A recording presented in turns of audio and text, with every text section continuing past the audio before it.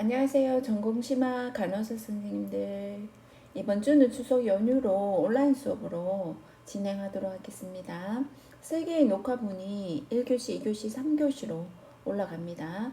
설정된 시간까지 선생님들께서 들으셔야 출석으로 인정되는 점 양해 부탁드립니다. 일단 수업 들어가기 전에 우리는 어떤 사람과 함께 하는 것이 좋을까요? 그 사람과 함께해서 좋은 일들이 많이 늘어났는가 생각해 보세요.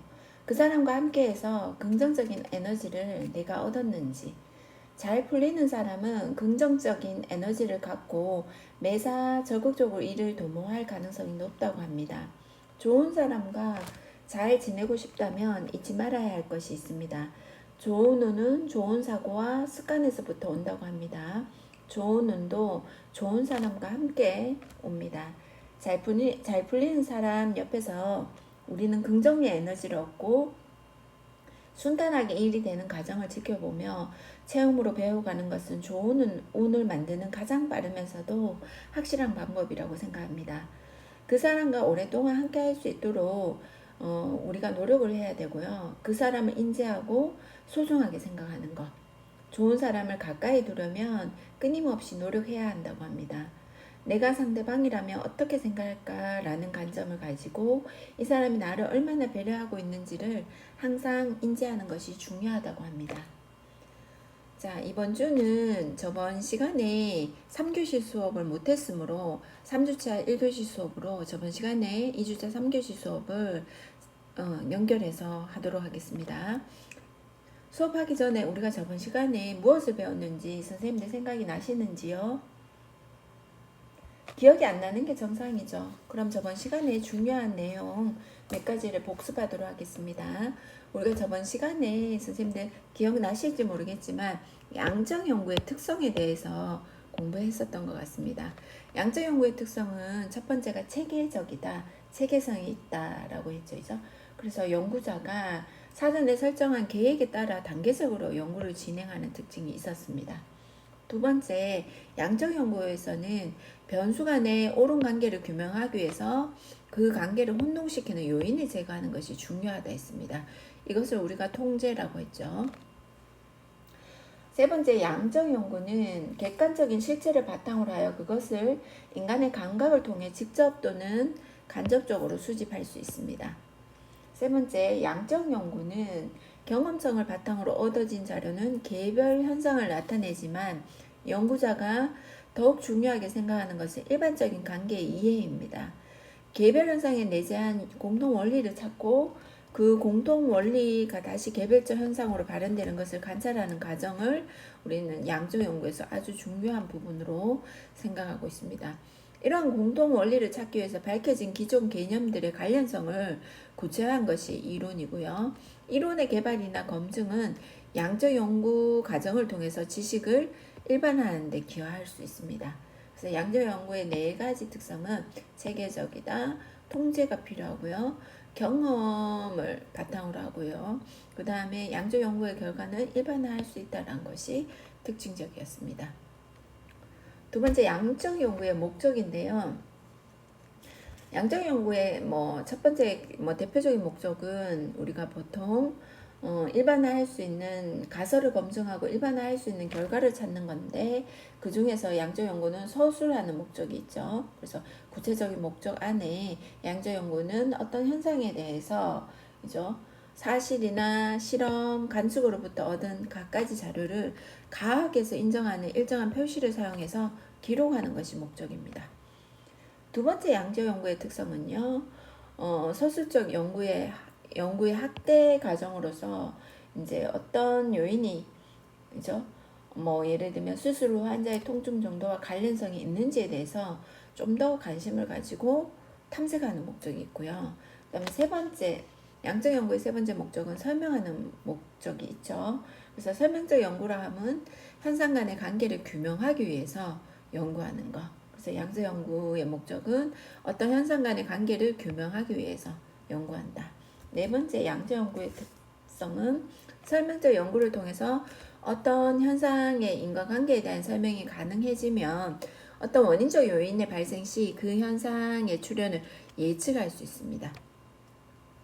그 다음에 우리가 이 원하는 결과를 초래하기 위한 원인적 요인을 통제가 가능하죠. 그래서 양적 연구의 네 번째 목적은 예측과 통제의 목적이죠. 그죠? 그래서 이런 것들이 있다. 그 다음에 질적 연구의 특성인데요. 질적 연구는 양적 연구랑 다른 점이 좀 주관적이죠. 주관성이란 것은 인간이 자신의 경험으로 삶을 이해하는 방식. 이는 실제에 대한 굉장히 사적이고 개인적인 이해 이런 과정이 필요하고요. 개인적인 해석 이런 것들이 필요하죠. 그 다음에 질적 연구는 기납적 추론 과정으로 어떤 결과를 일반화할 수 있죠. 그래서 그 질적 연구는 개별적인 사례를 통해서 결과를 일반화하는 기납적 추론 과정을 토대로 하고 있습니다. 그 다음 질적 연구는 자연스러운 상황을 도출하죠. 연구자에 의해 조작되거나 통제되지 않는 상황을 자연스러운 상황을 의미합니다. 그 다음 질적 연구에서는 인간을 매우 복잡하고 역동적인 존재로 인식하기 때문에 결과보다는 과정에 초점을 두고 있습니다. 그 다음 질적 연구는 어떤 인터뷰를 통해서 어떤 면담자가 내상자의 말을 인용해서 연구자가 분석하고 해석하는 이죠. 그래서 명명하고 주제를 도출해서 독자를 이해시키기 위해서 이제 조금 전문화된 글쓰기 과정이 필요하다고 했죠. 그래서 질적 연구에서 연구자는 자신의 분석과 해석뿐만 아니라 대상자의 말이나 글을 인용해서 연구 주제나 현상에 대한 독자들의 이해를 높이기 위해서 글쓰기 과정이 필요하다. 그래서 질적 연구의 5가지 특징 알아두시면 좋겠습니다. 그 다음에 이제 표 2-1에서 양적 연구와 질적 연구를 비교한 거. 양적 연구는 자연과학에서 고려되었다. 반면에 질적 연구는 소프트 사이언스에서 고려되었다. 양적 연구는 객관적이다. 질적 연구는 주관적이다. 양적 연구는 연역적 추론 과정을 토대로 한다. 질적 연구는 기납적 추론. 양적 연구는 초점은 간결하고 좁다. 질적 연구는 복잡하고 넓다. 양적 연구는 이론을 검증한다고 했습니다. 질적 연구는 이론을 개발하는 과정. 양적 연구의 지식의 기본은 원인과 결과에 초점을 맞추고 있고요. 질적 연구의 지식은 대상자가 했던 말의 의미와 그 의미를 발견하는데 지식의 기본을 두고 있고, 양적 연구는 숫자와 통계 분석이 필요하고요. 질적 연구에서는 대상자의 말, 의미이죠. 의미 있는 단어, 서술 이런 것들이 중점적이고, 양적 연구는 측정되고 일반화할 수 있는 단일 실제가 존재하고 있고, 질적 연구에서는 개인의 해석에 따른 지속적 변화가 가능한 다양한 실제가 존재하고 있다. 그 다음에 우리가 연구 윤리에 대해서도 했었죠. 위조, 변조, 표절, 부당한 저자 표시, 부당한 중복 기재. 위조라는 것은 연구 윤리에서 존재하지 않은 연구 원자료 또는 연구 자료, 연구 결과 등을 허위로 만들거나 기록 또는 보고하는 행위라 했고, 변조라는 것은 연구 재료, 장비 과정 등을 인위적으로 조작하거나 왜곡하는 행위라 했습니다. 표절이란 것은 일반적인 본인의 지식이 아닌데 마치 자기의 지식처럼 다른 타인에게 인식하게 하는 행위. 출처 표시 없이 다른 사람의 이제 내용을 본인의 것으로 표현한 거, 이런 것들이 표절에 해당되고, 부당한 저자 표시라는 거는 연구 결과에 영향을 공헌 또는 기여를 하지 않는 사람에게 정당한 이유 없이 저자 자격을 부여하지 않거나 공헌 또는 기여를 하지 않는 사람에게 감사의 표시 또는 예우 등을 이유로 저자 자격을 부여하는 행위, 여기 이제 부당한 저자 표시라 했죠. 부당한 중복 게재라는 것은 연구자가 자신의 이전 연구 결과와 동일 또는 실질적으로 유사한 저작물을 출처 표시 없이 다른 학계지나 다른 곳에 연구한 것을 게재한 거, 이런 것들을 부당한 중복 게재라 했습니다. 그러면 오늘 진도를 나가면요, 이제 우리가 이제 연구를 할 때 가장 중요한 게 이제 연구 문제라 했잖아요. 연구 문제를 이제 생각하는 게 굉장히 중요한데, 쉽게 말하면 연구 주제를 선정하는 거죠. 연구 주제를 선정하는 거. 연구 문제라는 거는 연구를 시작할 때 연구자가 가장 먼저 해야 할 일은 연구 문제를 선정하는 것이다. 즉 무엇을 연구할 것인가, 그죠? 어떤 주제를 연구할 것인가, 이런 것들이 굉장히 중요하다. 연구 문제의 출처는 연구자에 따라 매우 다양합니다. 주로 연구자의 경험에서 많이 주제를 가져올 수 있고, 만약 간호사다 하면 이제 간호 관련 문헌이나 간호 이론 등에서 많이 나올 수 있겠습니다. 그래서 연구 문제의 출처는 첫 번째, 연구자의 경험, 그죠? 실무 경험은 연구 문제 선정에 굉장히 도움이 되겠죠.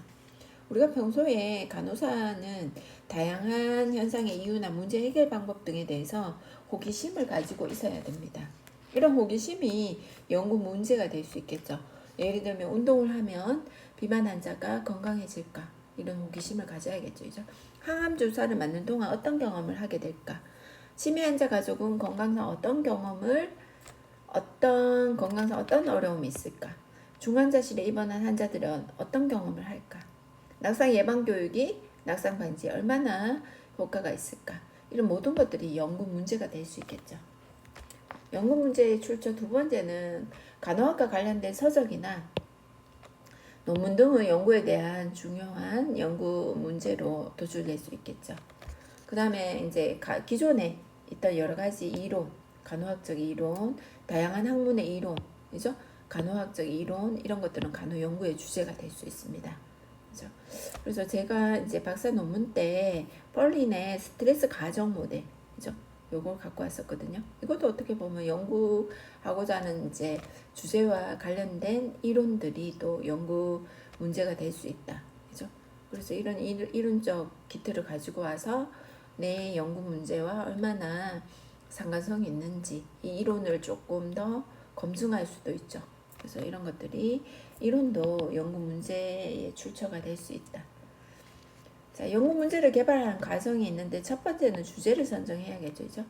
어떻게 아까 여러 가지 다양한 연구 질문을 가지고 와서 어떤 것들이 주제가 될 수 있을까? 제가 예전에 연구한 논문 주제가 이런 게 있었어요. 독고 중고령자의 사회 참여, 인지기능, 우울의 관계 및 인지기능 수준에 따른 집단 비교. 저는 이제 보통 중고령자가 사회에 참여하는 것이 굉장히 인지기능에 도움이 된다. 이런 논문들을 많이 봤어요. 인지기능과 우울에 도움이 되는 많은 논문들을 봤는데, 그러면 독고 중고령자도 여러 가지 인지기능 수준에 따라서 어떤 인지기능에 영향을 미치고 우울에는 어떤 영향, 예를 들면 뭐 인지기능이 좋은 사람도 있을 거고 치매 의심 환자도 있을 거고 치매 초기인 사람도 있을 거고 중증 환자도 있을 거예요. 그 사람들 여러 가지 인지기능의 수준에 따라서 사회 참여가 이런 인지 기능이나 우울에 어떤 영향을 미칠까, 이런 것들을 생각해보고 이것을 이제 주제로 해서 논문을 연구한 적이 있거든요. 이런 것들이 다 연구 주제로 선정될 수 있겠습니다. 그 다음에 연구 주제가 정해졌으면 이제 연구 문제를 진술해야겠죠. 우리가 쉽게 말하면 연구 논문 제목이죠, 이죠. 그래서 연구 문제 진술에는 연구 문제를 설정할 때 연구 문제를 설명하는 문장은 서술문보다, 이죠, 의문문으로 구성하는 것이 좋습니다. 그 다음에 연구하고자 하는 대상이 제시되어야 돼요. 연구 문제에는. 그 다음 문제를 설정할 때 변수가 포함되어야 돼요. 예를 들면 집중치료실의 간호사로서 받는 업무상 스트레스는 어떤 것이 있을까 해서 여기에서 연구 문제에서 변수는 업무상 스트레스입니다. 그래서 변수를 항상 포함하고 있어야 됩니다. 연구 문제에는. 그래서 우리가 변수가 하나이면 단일 변량 연구라 하고요. 변수가 2개 이상 된다 하면 다변량 연구. 그 다음에 연구 문제에 포함된 변수들은 연구자가 이 변수를 측정할 수 있는 것이어야 돼요. 그래서 측정이 가능한 변수를 연구 문제에 진술해야 된다. 그 다음에 연구 문제를 평가했을 때 이 연구 문제가 정말 중요한지 중요성을 평가해야 되고 연구 가능해야겠죠. 그래서 연구 문제는 연구 가능해야 돼요. 그래서 연구 가능성을 봐야 됩니다. 예를 들어서 자살을 돕는 것은 합법적인가, 이런 거. 합법적인가 라는 질문에 대한 답은 개인의 가치에 따라 달라질 수 있습니다. 이는 옳고 그름을 답할 수 없기 때문에 논쟁의 상황이 될 수 있습니다. 이런 것들은 연구의 상황으로 적합하지 않다. 예를 들어 다음의 연구 질문들은 연구 주제로 가능한 겁니다. 불치병을 앓고 있는 사람의 조력 자살에 대한 간호사의 태도에는 무엇이 있는가? 두 번째, 종양병동의 간호사는 다른 부서의 간호사에 비해서 조력 자살에 대해서 호의적인가? 조력 자살에 관련된 간호사의 도덕적 딜레마는 무엇인가? 조력 자살하는 말기 환자의 태도에는 무엇이 있는가? 조력 자살과 관련하여 가족의 경험은 어떠한가? 이런 것들은 이러한 주제에 대한 이해를 증진시키는 것에 유용하게 사용될 수 있기 때문에 연구가 이거는 가능하다라고 말할 수 있겠습니다.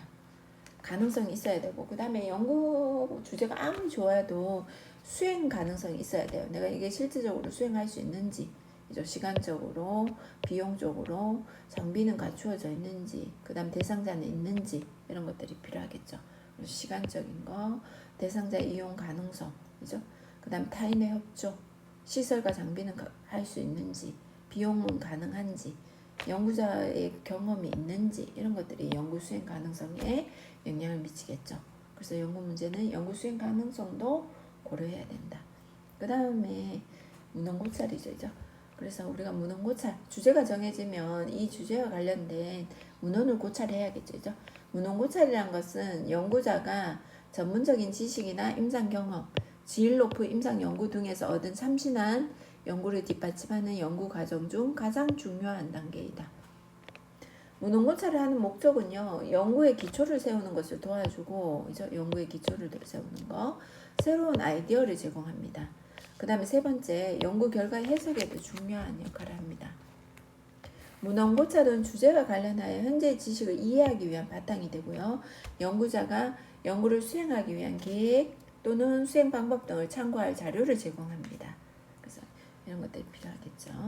그 다음 문헌고찰은 연구자가 전문적인 지식이나 임상 경험, 질 높은 임상 연구 등에서 얻은 참신한 연구를 뒷받침하는 연구 과정 중 가장 중요한 연구이다. 근거 중심 연구의 핵심 단계다. 이렇게 얘기를 할 수 있겠죠. 그래서 그런 거 문헌고찰이죠. 그 다음 문헌고찰의 범위, 어디에서 문헌고찰을 할 수 있을까? 첫 번째 통계 자료죠. 통계 자료는 우리가 보통 객관적 데이터를 하는데요. 예를 들면 보건복지부 자료, 질병관리본부의 자료, 건강보험관리공단 등의 국가기관에서 제공하거나 정기적으로 조사하여 발간하는 통계 자료는 연구 문제와 관련하여 현재의 상태를 보여줄 수 있다. 예를 들면 고령화 추이 이런 거죠. 고령화 추이. 그 다음에 수명 추이, 그죠? 수명 추이 이런 거 통계 자료 있죠. 노인 우울 데이터 이런 거죠. 이런 것들이 다 통계 자료나 이런 것들에 연구 보고서에 쌓일 수 있겠죠. 그 다음에 두 번째 문헌고찰은 통계 자료나 두 번째 연구 보고서, 그죠?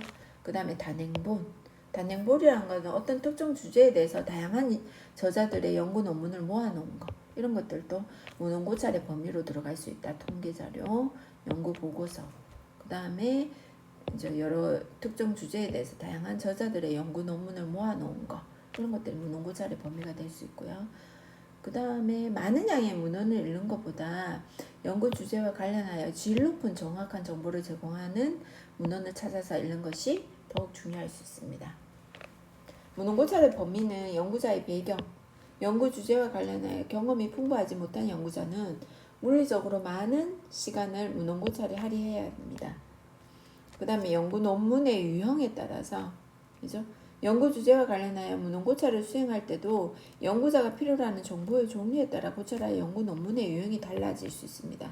예를 들어 관련 연구 주제에 대한 기존 연구를 알고 싶다면 우선 단행본으로 출판된 문헌을 통해서 기본적인 지식을 습득하고 이후 학술지에 게재되었거나 박사학위 논문으로 발표된 연구 논문을 참고하는 것이 도움이 되겠습니다. 자, 여기까지인데요. 시간이 지금 얼마 흐르지 않았어요. 그래서 한 25분 정도밖에 되지 않는데요. 이번 시간에서 중요한 내용은 어떤 게 있는지 보면요. 문헌고찰, 잠깐만요. 이번 시간에서 중요한 거는 문헌고찰이 어떤 건지, 그죠? 여기에서 어디 있었냐면 문헌고찰은 어떤 건지, 문헌고찰은 연구자가 전문적인 지식이나 임상 경험, 질 높은 임상 연구 등에서 얻은 참신한 연구를 뒷받침하는 연구 과정 중 가장 중요한 단계이다. 근거 중심 연구의 핵심 단계이다. 무농고찰의 목적 등이 나오죠. 그죠? 무농고찰은 연구의 기초를 세우는 것을 도와주고 새로운 아이디어를 제공한다. 그 다음에 또한 연구 결과의 해석에도 도움이 된다. 이런 거. 그 다음 네 번째, 무농고찰은 연구자가 전문적인 지식이나 임상 경험, 질 높은 임상 연구 등에서 얻은 참신한 연구를 뒷받침하는 연구 과정 중 가장 중요한 단계이다. 근거 중심의 연구의 핵심 단계이다. 이런 거 알아두시면 좋겠죠. 무농고찰의 범위는 각종 통계 데이터, 연구 보고서, 단행본 이런 것들에서 무농고찰을 할 수 있고, 무농고찰은 연구 주제와 관련해서 질 높은 정확한 정보를 제공해주는 질 높은 문헌을 내한테 필요한 논문이나 보고서나 단행본을 읽는 것이 중요하겠죠. 네, 그게 중요하고요. 그 다음에 이제 요거는 이제 여러분들이 조금 웃고 한번 넘어가라고, 우리 이런 거 있잖아, 그쵸? 삼각김밥이나 이런 거 이렇게 뜯는데 잘못 뜯으면 이렇게, 그죠? 누드 김밥처럼 이렇게 나오는 줄 알겠죠, 그죠? 요렇게 나온 적 있나요? 그 다음에 어떤 여자가 이쁘게 하고 나갈게 하니까 남자가 그럼 못 나와. 그러니까 나는 점점점. 실한데요. 지하철에 서서 카톡하고 있는데 옆 아저씨가 물었대요. 학생 이거 기름으로 가나? 이러니까 학생이 어이가 없어서 전기로 가는데요 하고 터져 나오는 웃음을 참고 있는데, 갑자기 지하철에서 방송에서 다음 내리실 역은 기름역입니다. 이렇게 얘기했다는 거죠. 이것도 한번 읽어보시고요. 그 다음에 우리가 원래 1시간이 한 45분에서 50분 녹화를 해야 되는데, 지금 제가 경과된 시간을 봤더니 21분 정도밖에 소요되지 않았어요. 그러므로 이제 시간이 너무 단축되었기 때문에 여러분한테 아주 간단한 과제를 드리겠습니다. LMS에 보면 어디에 있냐면 학습활동관리, 거기에 보면 과제관리라는 게 있어요. 학습활동관리, 과제관리에 여러분들 LMS에 제가 제목에 3주차 1교시 퀴즈라고 올려놓을게요. 퀴즈 정답을 간호연구 3주차 1교시 퀴즈에 대해서 정답을 올리라, 이렇게 과제 부분에 내놓으면 여러분들이 이제 이 퀴즈에 대해서, 퀴즈 이거거든요. 양적 연구와 질적 연구, 그죠? 양적 연구는 자연과학에서 고려되면 질적 연구는 어떤 건지, 양적 연구 객관적이고, 그죠? 질적 연구는 어떤지, 양적 연구가 연역적 추론이라면 질적 연구는 어떤 건지, 초점이 어떤 차이점이 있는지, 양적 연구가 이론을 검증하면 질적 연구는 어떤 건지, 그죠? 요거를 질적 연구 1번, 2번, 3번, 4번 빈칸이죠. 5번, 6번, 7번, 8번. 요거 답을요 1번부터 8번까지 여러분들이 답만 적어서 제가 LMS 3주차 1교시 정답 올리라고, 이렇게 퀴즈 정답 올리라고 하면 거기에 여러분들 생각해보고 정답을 요거를 1번에서 파일에 적으셔도 되고 종이에 적어서 볼펜에 적어서 사진 찍어서 LMS에 정답으로 올리셔도 됩니다. 아니면 한글 파일로 1번 정답, 2번 정답 이렇게 8번까지 정답을 이렇게 적어서 파일로 올리셔도 되고요. 아니면 사진 파일로 찍어서 올리셔도 되고, 그걸 하셔야 여러분 수업 1교시 수업 50분을 인정받을 수 있겠습니다. 그래서 요 퀴즈까지 여러분들이 하시면 좋겠고요.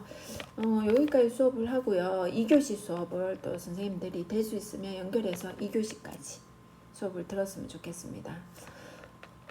그래서 충분히 선생님들이 생각해 보시고 LMS 3주차 1교시 정답으로 올려주시면 1교시 50분 수업을 인정하도록 하겠습니다. 수고 많이 하셨습니다. 선생님들 2교시 연결해서 수업 들었으면 좋겠습니다. 수고하셨습니다.